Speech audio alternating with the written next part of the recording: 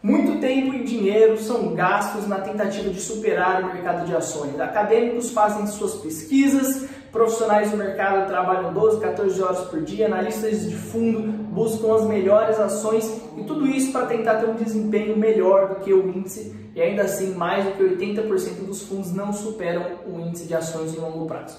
Mas nesse vídeo a gente vai falar de uma fórmula que é simples e de uma fórmula que é mágica, e a gente vai ver se a fórmula do John Greenblatt, se ela funciona e quais são os insights que a gente pode tirar dela.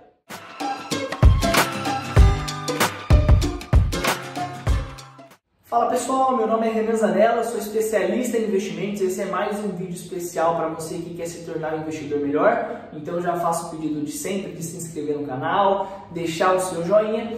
E antes que você tenha um preconceito com essa palavrinha, com essas duas palavrinhas, fórmula mágica, você sabe que não existe mágica no mundo dos investimentos. Eu quero que você tire esse preconceito, porque até Benjamin Graham, que foi o mestre, que foi o professor de Warren Buffett, na época dele, ele também tinha uma fórmula que ele considerava simples e uma fórmula que era suficiente para superar o mercado. Então, ainda que você não aplique na íntegra a fórmula que eu vou te ensinar hoje, se você entender o que está por trás dela, quais são os conceitos e os aprendizados, eu tenho certeza que isso vai te agregar muito. Então, antes de tudo, vamos ver se essa fórmula funciona realmente.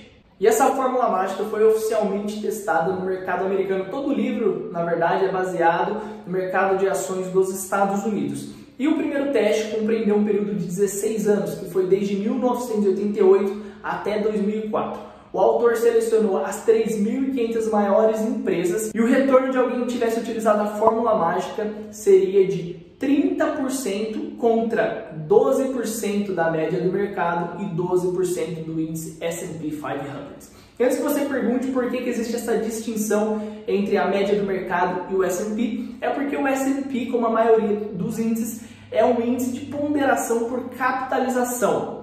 Enquanto que a média do mercado, o autor simplesmente pegou as 3.500 empresas e fez uma média aritmética simples. É por isso que às vezes dá uma diferença entre a média do mercado e o índice S&P. Mas o importante é a gente conseguir comparar como que o mercado performou contra a fórmula mágica nesse período. O que aconteceu foi que algumas pessoas viram esse teste e começaram a questionar o autor, falando que, apesar de ele ter selecionado 3.500 empresas, muitas dessas empresas são de baixa liquidez ou, de alguma forma, os investidores não podem ter acesso a elas. Então, o autor fez um segundo teste, compreendendo o mesmo período de 88 até 2004, só que dessa vez ele filtrou as 1.000 maiores empresas. E o retorno também foi incrível da fórmula mágica contra o mercado. A fórmula mágica rendeu anualmente quase 23% contra um retorno anual de 11% da média aritmética do mercado e um retorno do índice S&P de 12%. Então foi mais uma vitória de lavada. Não satisfeito com esses dois testes, mais um teste foi feito com a fórmula para ver se ela funciona realmente.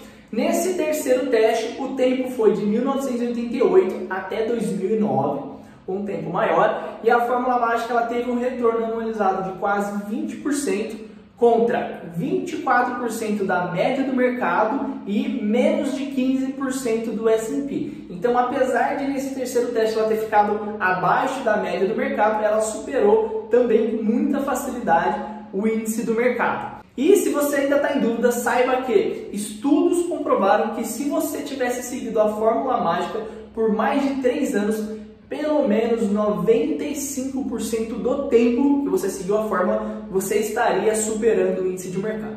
Então, com isso em mente, a gente pode saber que a fórmula funciona assim. E mesmo que a gente não siga ela na íntegra, mesmo que a gente não faça exatamente o que o autor propõe que a gente faça, os insights contidos aqui são muito relevantes. E eu sei que alguém vai me perguntar, e Renan, será que no Brasil ela também funciona? No Brasil, o Ramiro fez um teste de 1995 até 2015, onde ele excluiu algumas empresas com pouca liquidez e assumiu algumas premissas para poder fazer o estudo, e a fórmula também superou o Ibovespa com folga, com mais folga ainda do que no mercado americano. Eu vou deixar o gráfico aqui na tela e eu deixo o link também para quem se interessar em ver esse estudo do Brasil. E eu acho que nessa altura do vídeo a gente já pode concordar que a fórmula funciona. Agora, qual é o segredo por trás dela? E são dois fatores que fazem com que ela seja tão fenomenal e, como eu disse e volto a repetir, mesmo que você não a aplique integralmente, entendendo esses dois fatores, você pode ser um investidor muito melhor, que é preço e qualidade. O segredo da fórmula mágica, a magia por trás da fórmula mágica é você comprar boas empresas a preços irrisórios. Qualidade e preço. Boas empresas, na definição do autor, são aquelas que apresentam alto retorno sobre o capital. De forma visível, vamos pensar numa rede de lojas e ela quer fazer novos investimentos. Para isso, ela gasta um dinheiro, R$200 mil, para adquirir uma nova loja. E ela obtém no primeiro ano R$100 mil de retorno, 50% de retorno, que é um valor muito alto. Então, por trás desse alto retorno sobre o capital investido, o que a gente tem? Primeiro, que se essa empresa continuar fazendo isso, ela vai cada vez mais reinvestir os seus lucros e ter lucros ainda maiores. Então a gente pode esperar que essa empresa vai ter lucros cada vez mais altos. E também, para ela conseguir um retorno tão alto como a loja, é muito provável que ela tenha uma vantagem competitiva, é muito provável que ela tenha um diferencial, seja o atendimento, gestão de custos ou o produto, como no caso da Coca-Cola. Como a Coca-Cola consegue ter uma marca que é tão forte e consegue ter tanto retorno sobre os seus produtos? Porque ela tem uma vantagem competitiva muito clara. Então, se a gente busca empresas com alto retorno sobre o capital, invariavelmente a gente vai achar companhias que possuem vantagens competitivas. E para você identificar as empresas com alto retorno sobre o capital, existem alguns indicadores. A maioria dos analistas, o próprio autor vai utilizar o ROI, que é o Return on Invested Capital.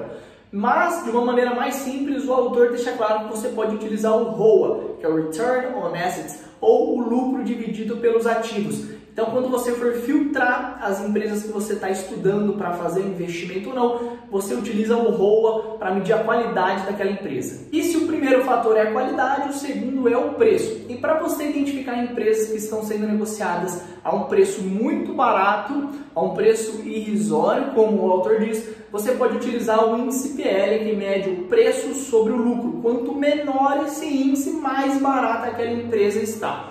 Uma ressalva aqui, o autor no livro ele utiliza o Earnings Yield. O Earnings Yield nada mais é do que o PL invertido. Então, ao invés de você ter o preço sobre o lucro, como a maioria dos analistas enxerga, o autor utiliza o lucro sobre o preço. Então, ele busca as empresas que têm o maior Earnings Yield, ou no nosso caso seria o menor PL. E agora você entende porque não é necessário aplicar a fórmula mágica para extrair a magia dela. O conceito de investir em boas empresas a preços justos e baratos são princípios do Value Investing. Se você conseguir aplicar isso, o meu papel aqui já está cumprido, mas eu quero te mostrar como o autor escolhia as suas ações de forma muito técnica e montava a sua carteira. Ele então pegava as 3.500 maiores empresas e ranqueava elas de acordo com o seu retorno sobre o capital e de acordo com o seu Earnings Yield. Então, a ação que tinha o maior retorno sobre o capital ficava em primeiro no ranking, a segunda, a terceira e assim diante até a última ação. E ele fazia isso também com um segundo indicador, que é o Earnings Yield. Então, a ação com o maior Earnings Yield ficava em primeiro lugar, a segunda, a terceira, até a última posição. E depois, para poder decidir quais eram as ações que iam compor aquele portfólio, que ia variar entre 20 e 30 ações, ele somava. Então, imagina que a empresa ficou em primeiro lugar aqui, na qualidade, no retorno sobre o capital, ficou em quinto lugar aqui. Então, 1 mais 5, 6 pontos. E ele fazia isso com todas essas empresas e pegava as 30 primeiras empresas, aquelas que tinham uma menor pontuação, que significava que elas tinham ficado em um ranking melhor, considerando esses dois fatores. Então, o que o John fazia no final das contas era filtrar empresas baratas por esse múltiplo e também com alto retorno sobre o capital. E eu vou deixar na descrição desse vídeo um link que o autor disponibiliza para você poder filtrar as empresas, só que no caso ele seleciona somente as empresas americanas baseado nesses dois indicadores. E eu quero saber se você gostou de entender a magia por trás da fórmula mágica e se você vai aplicar nos seus investimentos. Então comenta aí para mim, se ficou alguma dúvida pode deixar também. E até a próxima!